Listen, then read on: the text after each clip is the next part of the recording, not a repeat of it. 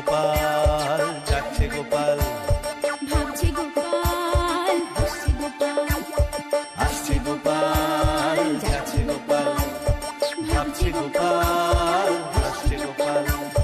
যুগের পরে যুগ কেটে যায়, মানুষ তাকে ভোলে না। যুগের পরে যুগ কেটে যায়, মানুষ তাকে ভোলে না। চলে না রে, চলে না রে, চলে না রে, চলে না, চলে না রে, চলে না রে, কাকে ছাড়া চলে না। কে সে পরিচয় কি তার? হাসির রাজা, জ্ঞানের রাজা, রসিক রাজা গোপাল ভাঁড়। হাসির রাজা, জ্ঞানের রাজা, রসিক রাজা গোপাল ভাঁড়। একদিন মুর্শিদাবাদের নবাব বাহাদুর এবং উজির মশাই একসঙ্গে বসে গল্প করছিল।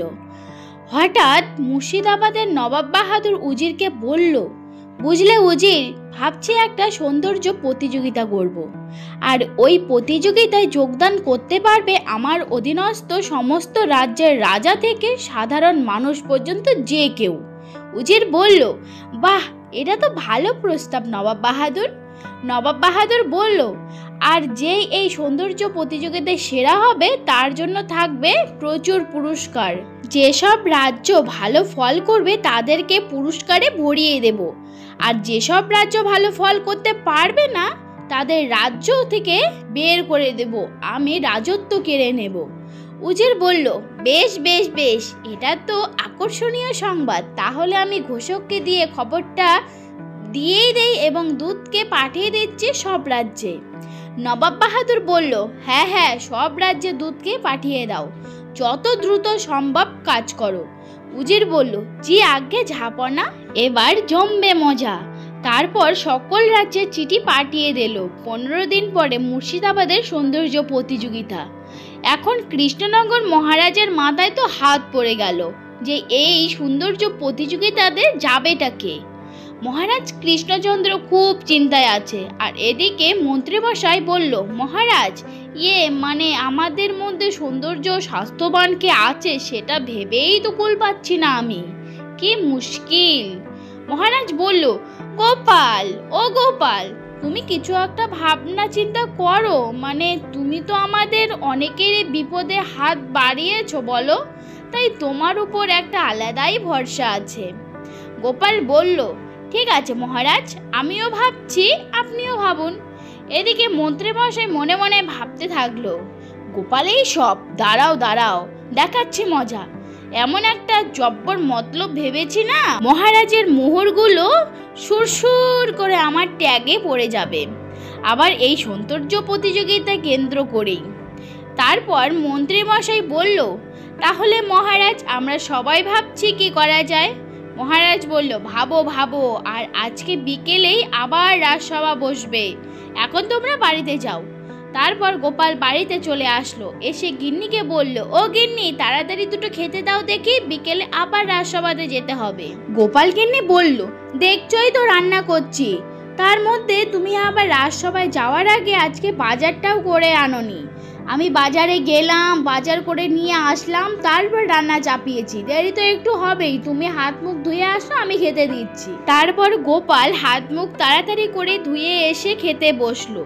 খাওয়া দাওয়া করার পর আবার রাজসভার দিকে গেল, আর কিছুক্ষণের মধ্যেই রাজসভা শুরু হয়ে গেল। মহারাজ বলল, আমি বুঝতেই পারছি না সবাইকে একসঙ্গে কিভাবে সৌন্দর্য বানানো যায়, আর আমার রাজ্যে কে বা সৌন্দর্য পুরুষ আছে যাকে এই প্রতিযোগিতায় পাঠানো যেতে পারে।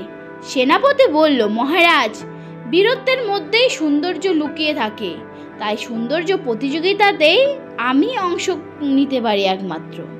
আর এদিকে উপযুক্ত ব্যক্তি বিজ্ঞানী বলল, মহারাজ, অভয় দেন তো একটা কথা বলি, প্রকৃত রূপ থাকে বিদ্যায়, আর সেই বিদ্যা থাকে আমাদের মনে প্রাণে, তাই বিজ্ঞানে আলাদাই একটা রূপ থাকে, তাই আমি উপযুক্ত ব্যক্তি মহারাজ। সভাকবি বলল, সব সভাসদ বলেন সৌন্দর্য থাকে দেহের মনের মধ্যে, আমি বাবার রূপ খুঁজে পাই আমার লেখা পদ্মে।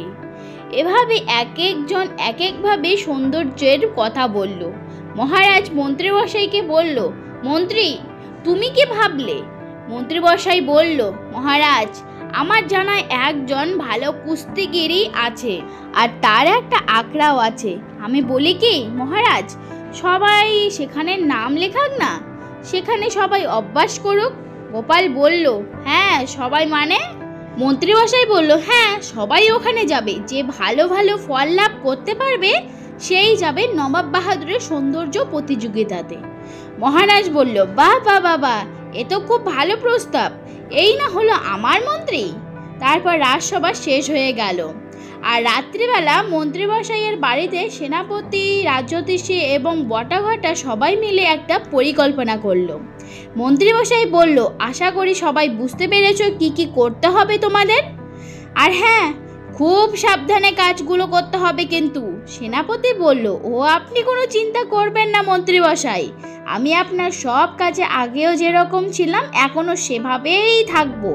শুধু একটাই কথা, ওই মোহরের ব্যাপারটা আপনি যদি একটু দেখতেন, আর আমাকে গুলুগুলু ছদ্মবেশে যতদিন আমাকে এখানে কাজ করতে হবে ততদিন মহারাজকে বলে আমি ছুটি নিয়ে নেব। এ নিয়ে আপনি কোনো চিন্তা করবেন না মন্ত্রী মশাই। সবার পরিকল্পনা কিন্তু শেষ হয়ে গেল, এবার সবাই সবার বাড়িতে গেল। পরের দিন কি হলো সেটা জানতে হলে অবশ্যই আমার চ্যানেলের দিকে তাকাতে হবে আর পরের ভিডিওটার জন্য অপেক্ষা করতে হবে। তো ফ্রেন্ড, আজকের ভিডিওটা কিরকম লাগলো বলো, যদি ভালো লাগে অবশ্যই লাইক কমেন্ট শেয়ার করবে আর সাবস্ক্রাইবটা অবশ্যই করবে। দেখা হচ্ছে নেক্সট কোনো ভিডিওতে, ততক্ষণে তোমরা সবাই খুব খুব খুব ভালো থেকো। Thanks for watching, tata.